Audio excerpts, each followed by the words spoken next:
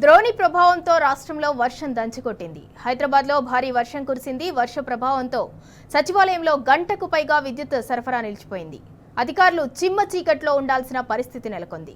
మరోవైపు అబిడ్స్లో భారీ వృక్షం నేలకొరిగింది. అసలే వర్షం, ఆపై ట్రాఫిక్ సమస్యతో వాహనదారులు ఇబ్బందులు పడుతున్నారు. చార్మినార్ సహా ఇతర ప్రాంతాల్లో వాహనాల రద్దీ నెలకొంది. వాహనాలను క్లియర్ చేయడంలో ట్రాఫిక్ పోలీసులు నిర్లక్ష్యంగా వ్యవహరిస్తున్నారని మండిపడ్డారు.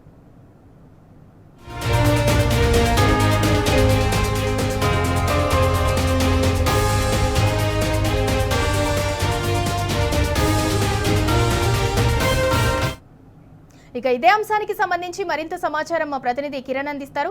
కిరణ్, రాష్ట్రంలో ఒక్కసారిగా వాతావరణం అంతా కూడా మారిపోయింది. హైదరాబాద్ లో ఈదురుగాలులు, ఉరుములు, మెరుపులతో కూడిన వర్షం కారణంగా చెట్లు, మరోవైపు విద్యుత్ స్తంభాలు కూడా నేలరాలాయి. దానికి సంబంధించిన పూర్తి డీటెయిల్స్ ఏంటి? తెలంగాణలో ద్రోణి ప్రభావంతో ఇటు తెలంగాణ వ్యాప్తంగా కూడా పూర్తి స్థాయిలో భారీ వర్షాలు కురుస్తా ఉన్నాయి. ఎక్కడికక్కడ గత 2-3 రోజుల నుంచి కూడా ఇదే పరిస్థితి కొనసాగుతుంది. తాజాగా వికారాబాద్, తాండూరు, అంతేకాకుండా పరిగి జిల్లాలతో పాటు రంగారెడ్డి, ఉమ్మడి రంగారెడ్డి జిల్లాలో కూడా భారీ వర్షం కురిసింది. ఇటు మధ్యాహ్నం నుంచి కూడా కొంత ఉక్కపోతతో ఉన్నటువంటి హైదరాబాద్ వాసులో కొంత ఉపశమనం కలిగిందని చెప్పవచ్చు. మధ్యాహ్నం 3:30-4 గంటల ప్రాంతం నుంచి కూడా భారీ ఈదురుగాలులతో ఎక్కడికక్కడ వర్షం అనేది కురిసింది. ఎక్కడికక్కడ చెట్లు కూడా కూలిపోయినటువంటి పరిస్థితులు అయితే కనిపిస్తా ఉన్నాయి. ఇటు సచివాలయం పరిసర ప్రాంతాల్లో కూడా తెలుగు తల్లి ఫ్లైఓవర్ మీద ఉన్నటువంటి చెట్లు కూడా పూర్తి స్థాయిలో కూలిపోవడంతో ఎక్కడికక్కడ విద్యుత్ స్తంభాల మీద ఒరిగిపోవడంతో విద్యుత్ స్తంభాలు కూడా ఇరిగిపోయాయి. దాదాపు గంటన్నర పాటు సచివాలయంలో కూడా కరెంటు సరఫరా నిలిచినటువంటి పరిస్థితులు కనబడుతున్నాయి. ఎక్కడికక్కడ ఇటు సచివాలయం పరిసర ప్రాంతాలతో పాటు ఖైరతాబాద్, అంతేకాకుండా లగడికాపులు, మాసప్ ట్యాంక్ ఏరియాలో కూడా మొత్తంగా కరెంటు సరఫరా కూడా నిలిచింది. ఇటు భారీ ట్రాఫిక్ జామ్ కూడా ఏర్పడుతుంది. ఏదైతే కొండాపూర్ తో పాటు మియాపూర్ కి వెళ్ళేటువంటి వాహనాలకు, అంతేకాకుండా హైటెక్ సిటీలో కూడా భారీ ట్రాఫిక్ జామ్ ఏర్పడింది. ఇటు మాసప్ ట్యాంక్ నుంచి లగడికాపులు, ఖైరతాబాద్ కు వచ్చేటువంటి వాహనాలన్నీ కూడా నిలిచిపోయినటువంటి పరిస్థితి కనబడుతుంది. ఎక్కడికక్కడ రోడ్ల మీద నీళ్లు నిలవడంతో వాహనదారులు కూడా ఇంటికి వెళ్లే సమయం కావడంతో ఎక్కడికక్కడ ఇబ్బందులు పడుతున్నటువంటి పరిస్థితులు కనిపిస్తా ఉన్నాయి.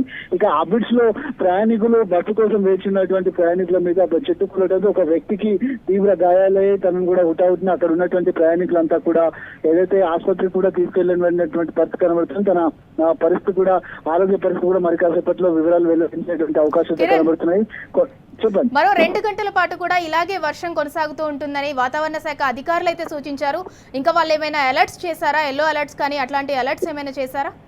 ఖచ్చితంగా ఇటు మరో 2-3 రోజుల పాటు వర్షాలు అనేది ద్రోణి ప్రభావంతో కురిసేటువంటి అవకాశాలు ఉన్నట్టుగా చెప్తా ఉన్నారు. ఏదైతే అత్యవసరమైతే తప్ప బయటకు రాకూడదని కూడా చెప్తున్నటువంటి సందర్భాల నేపథ్యంలో ఎక్కడికక్కడ తెరుచుకొని ఉన్నటువంటి మ్యాన్హోల్లను మూసేసేందుకు ఇటు జిహెచ్ఎంసీ అధికారులు కావచ్చు, హైడ్రా సిబ్బంది కూడా తోడ్పడుతున్నటువంటి పరిస్థితులు కనబడుతున్నాయి. మరో 2-3 గంటల పాటు వర్షం కొనసాగేటువంటి అవకాశం ఉంది. ఏదైతే అటు ఉమ్మడి రంగారెడ్డి జిల్లాతో పాటు ఇటు మేడ్చల్లో ఉన్నటువంటి గట్కేసర్ తో పాటు, అంతేకాకుండా మల్కాజ్గిరి ఏరియా ప్రాంతాల్లో కొండాపూరు, కూకట్పల్లి, అంతేకాకుండా పూర్తి స్థాయిలో మియాపూర్ సైడ్ కూడా భారీ వర్షం కురిసేటువంటి అవకాశం అయితే కనిపిస్తుంది. అటు గండిపేట ఏరియాలో కూడా గాలివాన బీభత్సం సృష్టించింది. ఎక్కడికక్కడ నీళ్లు కూడా నిలవడంతో ప్రయాణికులు, పాదచారులు కూడా తీవ్ర ఇబ్బందులు అయితే పడ్డారు. మరో 2-3 గంటల పాటు ఈ వర్షం అనేది కొనసాగేటువంటి అవకాశం ఉన్నట్టు వాతావరణ శాఖ అయితే వెల్లడించినటువంటి సందర్భం అయితే మనకు కనిపిస్తా ఉంది.